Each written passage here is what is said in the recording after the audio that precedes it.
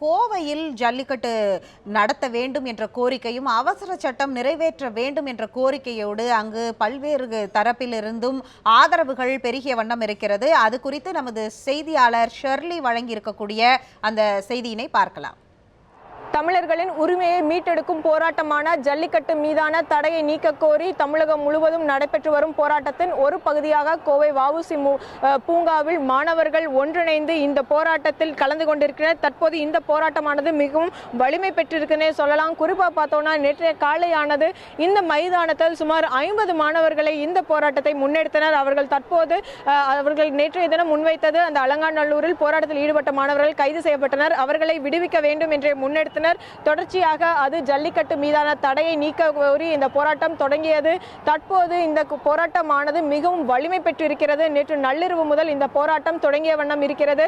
தொடர்ந்து இந்த போராட்டம் சிறப்பாக நடைபெற்று வருகிறது. குறிப்பாக நேற்றைய தினம் சுமார் 5000 மாணவர்களை கலந்து கொண்டிருந்தனர். ஆனால் இன்றைய தினம் பார்த்தோமானால் சுமார் 8000க்கும் மேற்பட்ட மாணவர்கள் கோவை சுற்றி இருக்கிற பல்வேறு கல்லூரிகளைச் சேர்ந்த மாணவர்களும் ஊர்வலமாக வந்து இங்கு நடைபெற்று கூடியிருக்க இந்த போராட்டத்தில் கலந்து கொண்டு தங்கள் ஒட்டுமொத்த குரலாக தமிழர்களின் உரிமையான ஜல்லிக்கட்டு மீதான தடையை நீக்க வேண்டும் என்று வலியுறுத்தி வருகின்றனர். குறிப்பாக பார்த்தோமானால் இந்த இளைஞர்கள் அனைவரும் கடந்த 5 நாட்கள் விடுமுறை முடிந்த பின்பாக இன்று அவர்கள் பள்ளி கல்லூரிகள் மற்றும் வேலைக்கு செல்லக்கூடிய அனைவர்களுமே தங்களுடைய இந்த கோரிக்கைக்காக இன்று விடுமுறை எடுத்து வந்து இந்த மைதானத்தில் குவிந்திருக்கும் காட்சியை தான் நாம் பார்த்து கொண்டு இருக்கிறோம். குறிப்பாக சொல்ல போனால் இது இளைஞர்கள் தங்களுடைய சக்தியை வெளிப்படுத்தும் வகையிலே இந்த போராட்டமானது அமைந்திருக்கிறது.